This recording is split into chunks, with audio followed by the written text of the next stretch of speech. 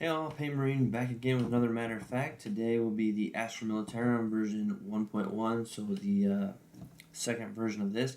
And there's a decent amount of updates, changes in this errata, so a lot of magenta text here to go through. So let me zoom in a little bit and let's jump right in. So page 90 and 101, summary execution is going to be changed. So the first time an Astra Militarum unit fails a morale test, during the morale phase, whilst within 6 inches of any friendly commissars, you can execute a model. If you do, one model of your choice in that unit is slain and the morale test is re-rolled. Do not include the slain model when re-rolling the morale test. The next errata, page 93, infantry squad, unit composition, and war gear, add the following bullet point. A heavy weapons team is armed with a las gun and frag grenades. Okay. Let's see. Next up, page 97, veterans. Unit composition and war gear at the following bullet point. A veteran heavy weapons team is armed with a las gun and frag grenades. Page 98, Militarum Tempestus Command Squad, war gear options. Change the first and second bullet points to read. One model may either replace its hot shot las gun with a hot shot las pistol and box caster, or take a hot shot las pistol and a box caster in addition to their hot shot las gun.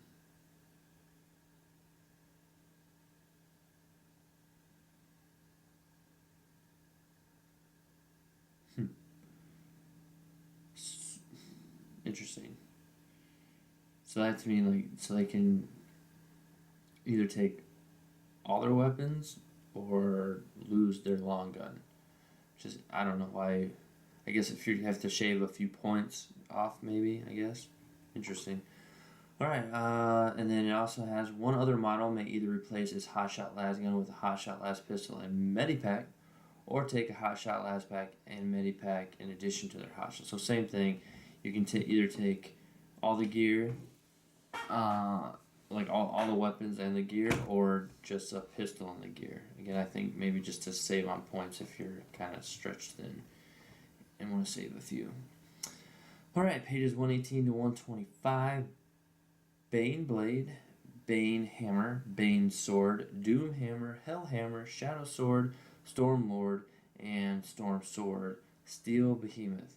Change the third sentence to read, it can, except when firing Overwatch, also still fire its weapon if enemy units are within 1 inch of it, but only its twin heavy bolter or twin heavy flamer can target units that are within 1 inch of it. Its other guns must target other units. Okay. Let's see, page 134. Crush them. Change the first sentence to read. Use this stratagem at the start of your charge phase. 136, overlapping fields of fire. Change the rules text to read. Use this stratagem after a Cadian unit from an army has attacked an enemy unit in the shooting phase, and the attack results in the enemy using 1 or more wounds. Add 1 to hit rolls for attacks made by other Cadian units from your army that target the same enemy unit that phase. Alright, page 138, Kurov's Aquila. Change the second sentence of rules text to read, whilst the bearer is on the battlefield, roll a d6 each time your opponent uses a stratagem. Page 39, Relics of Lost Acadia. Change the second sentence to read, once per battle, the bearer can unveil this relic at the start of any turn. Once per battle.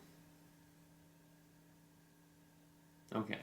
So I believe that was a change. I can't remember. Yeah, well, this is obviously in magenta, so I'm not sure if the last FAQ they had that, and they changed the wording again, or if this is a completely new or not. I just know in at least my local campaign, like narrative campaign tournaments, whatever, they kind of house ruled, or maybe it went off. I'm not up to date with ITC's house rulings on a lot of things, but I know this specific relic, a lot of people were revealing it,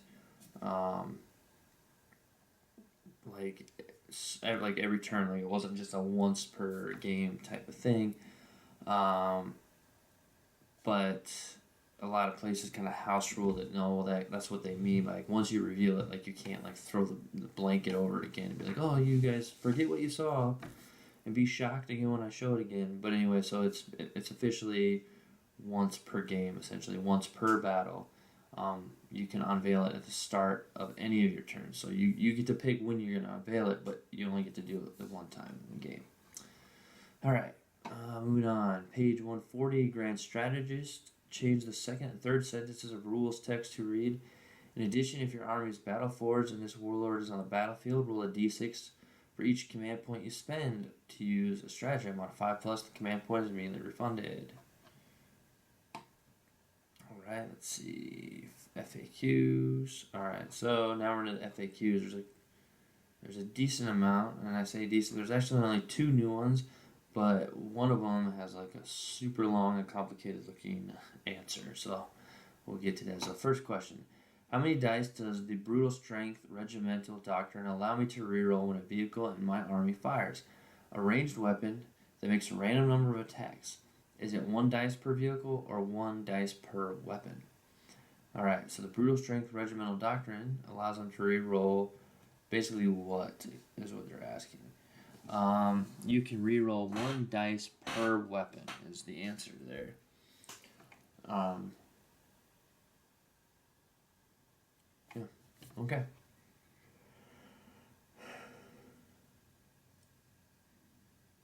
Let's see, sorry. Now we got quite the question here.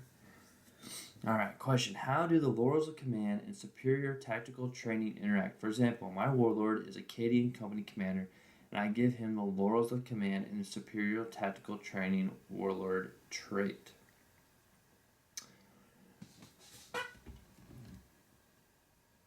Okay. How many orders is he potentially allowed to issue each turn, and how many units can those orders affect? If he issues an order to Cadian infantry units within 6 inches, Unit A, using his voice of command ability, first roll a dice for superior tactical training on 4+, you can pick another Cadian infantry unit from Unit B within 6 inches for the order to effect. Then roll a dice for the laurels of command. On a 4+, he can issue a second order to the first unit, Unit A. You can then roll again for superior tactical training. On a 4+, you can pick another Cadian infantry unit within 6 inches of the second order to effect. This does not have to be Unit B, but can be.